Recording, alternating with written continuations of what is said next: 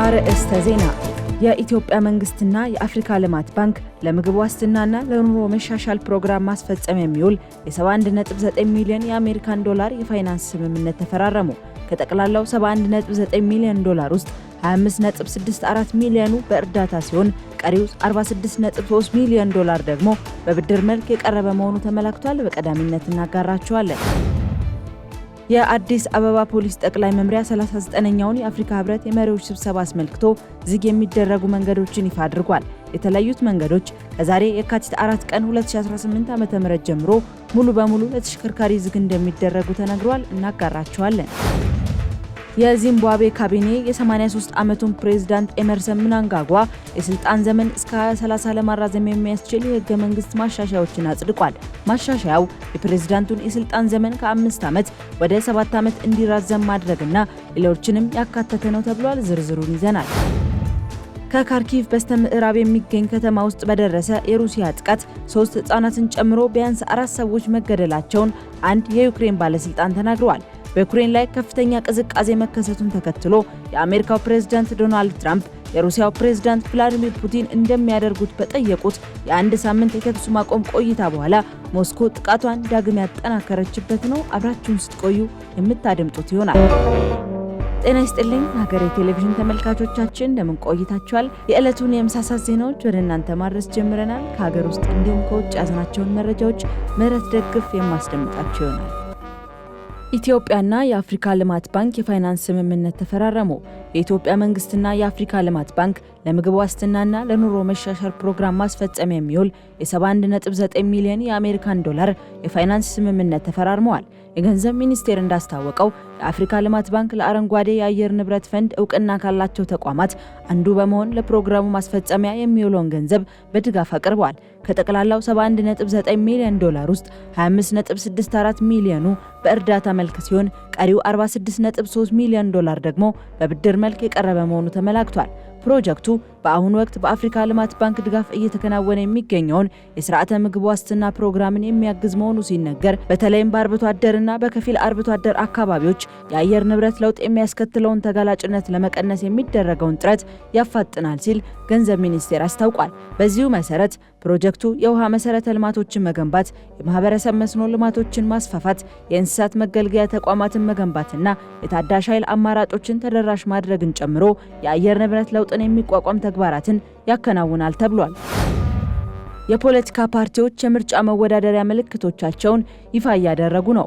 በዘንድሮ ዓመት ለሚካሄደው ጠቅላላ ምርጫ የፖለቲካ ፓርቲዎች የምርጫ ምልክታቸውን ይፋ እያደረጉ እንደሆነ በዘንድሮ ዓመት ለሚካሄደው ጠቅላላ ምርጫ የፖለቲካ ፓርቲዎች የምርጫ ምልክታቸውን ይፋ እያደረጉ ይገኛሉ። በዚህም የብልጽግና ፓርቲ የምርጫ ምልክቱ የስንዴ ነዶ መሆኑን በትላንትናው ዕለት ይፋ አድርጓል። ፓርቲው ለ7ኛው ሀገር አቀፍ ምርጫ የመወዳደሪያ የምርጫ ምልክቱንና ማኒፌስቶውን በዋናው የፓርቲው ጽህፈት ቤት ይፋ ባደረገበት ወቅት የፓርቲው የምርጫ ቅስቀሳ ሂደትም በይፋ መጀመሩን ገልጿል። በተያያዘ ዜና የኢትዮጵያ ሕዝባዊ አብዮታዊ ፓርቲም የመወዳደሪያ ምልክቱ አውራ ጣት መሆኑን በድረ-ገጹ ይፋ ያደረገ ሲሆን ሰላማዊ ትግላችንን አጠናክረን እንቀጥላለን በማለት መልእክቱን አስተላልፏል። 23.9 ሚሊዮን መጻሕፍትን ወደ ሀገር ውስጥ እያጓጓዝክ ነው ሲል ትምህርት ሚኒስቴር ገለጸ። ትምህርት ሚኒስቴር ከአጋር አካላት በተገኘ ድጋፍ ያሳተማቸውን 23.9 ሚሊዮን የአንደኛ ደረጃ ትምህርት መጻሕፍት ከጅቡቲ ወደብ ወደ ሀገር ውስጥ የማጓጓዝ ስራ እየሰራ መሆኑን አስታውቋል።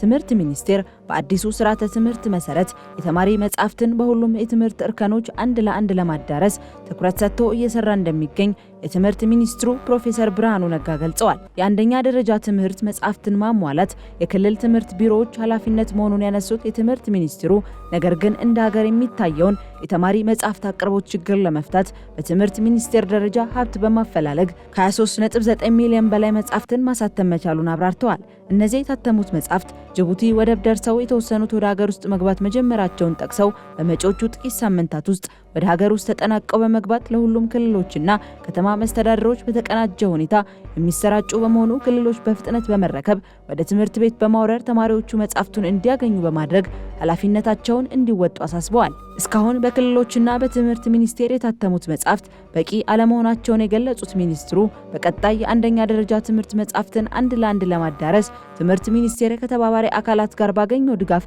ተጨማሪ ወደ 40 ሚሊዮን የሚጠጋ መጻሕፍትን በድጋሚ አሳትሞ ለክልሎች ድጋፍ የሚያደርግ መሆኑንም ጨምረው ገልጸዋል። ለአፍሪካ ህብረት ስብሰባ ዝግ የሚሆኑ መንገዶች ይፋ ተደረጉ።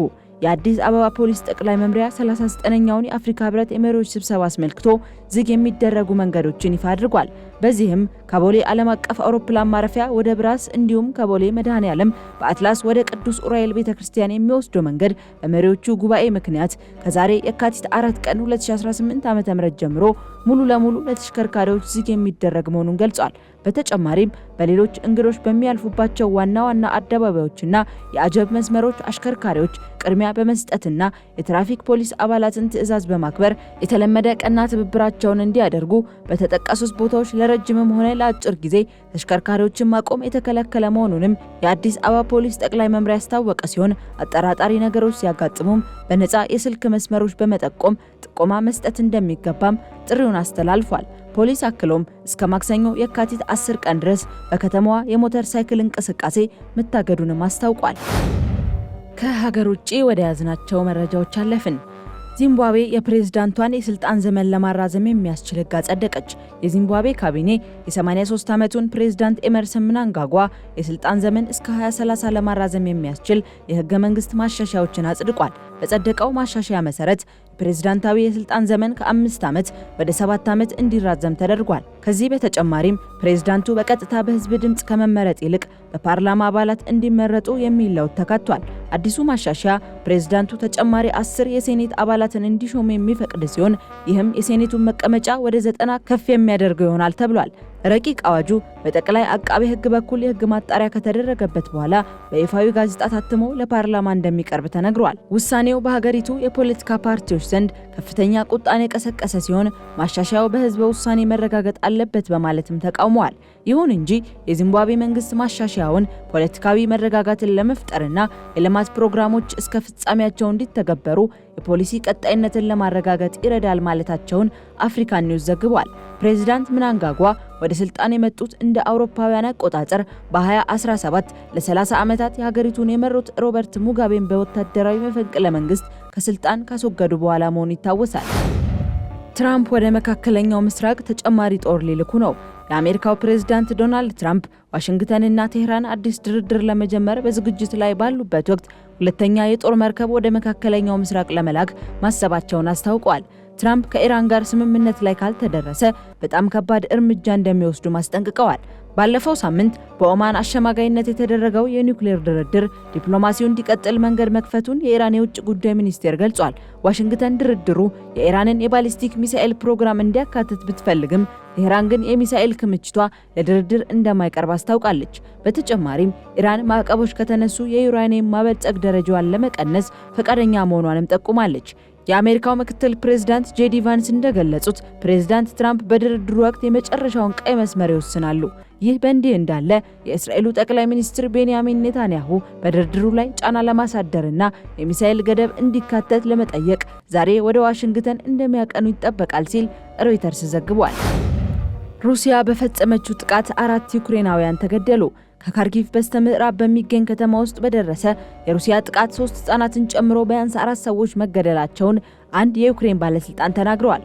በዩክሬን ላይ ከፍተኛ ቅዝቃዜ መከሰቱን ተከትሎ የአሜሪካው ፕሬዝዳንት ዶናልድ ትራምፕ የሩሲያው ፕሬዝዳንት ቭላዲሚር ፑቲን እንዲያደርጉት በጠየቁት የአንድ ሳምንት የተኩስ አቁም ቆይታ በኋላ ሞስኮ ጥቃቷን ዳግም ያጠናከረችበት ነው። በተጨማሪም የሩሲያ ጦር በስሎቪያንስክ ከተማ ላይ 7 ቦምቦችን የጣለ ሲሆን አንዲት የ11 ዓመት ሴትን ልጅ ጨምሮ 2 ሰዎች መገደላቸውን የዶኔትስክ ክልል ገዢ ቫዲም ፍላሽኪን ገልጸዋል። በሆዱ ኪቭ በሳምንቱ መጀመሪያ ላይም በሩሲያ ጦር ተመታ ነበር። ሰኞ ዕለት በሀገሪቱ ውስጥ በተካሄደው የሌሊት የድሮን ጥቃት 10 ሺዎች የሚቆጠሩ ሰዎች የኤሌክትሪክ ኃይል የተቋረጠባቸው ሲሆን በሆዱ ኪቭ አንዲት እናትና የ10 ዓመት ወንድ ልጃቸውን ጨምሮ ቢያንስ 4 ሰዎች መገደላቸውን ሮይተርስ የዩክሬን ባለስልጣናትን ጠቅሶ ዘግቧል። በሆዱ ኪቭ የዩክሬን ሁለተኛ ትልቅ ከተማ ከሆነችው ካርኪቭ በስተምዕራብ የምትገኝ ሲሆን በየካቲት ወር መጀመሪያ ላይ በከተማዋ አንድ የኃይል ማመንጫ ጣቢያ ተጎድቶ ነበር። የዩክሬኑ ፕሬዝዳንት ቮሎዲሚር ዜሌንስኪ እንደተናገሩት የሩሲያ ጦር ከፍተኛ ቁጥር ያላቸውን ባሊስቲክ ሚሳኤሎችን በመጠቀም የትራንስፖርትና የኢነርጂ መሰረተ ልማቶችን በማጥቃት በአካባቢው ላይ ጫና እያደረሰ ነው። በአካባቢው ባለስልጣናት በካርኪቭ ክልል ባለው የኃይል አቅርቦት ሁኔታ ምክንያት የአስቸኳይ ጊዜ አዋጅም ታውጇል። ተመልካቾቻችን ለሰዓቱ የያዝናቸው መረጃዎች እነዚህን ይመስሉ ነበር። ከቀሪ የሀገሬ ቴሌቪዥን ፕሮግራሞች ጋር መልካም ቆይታ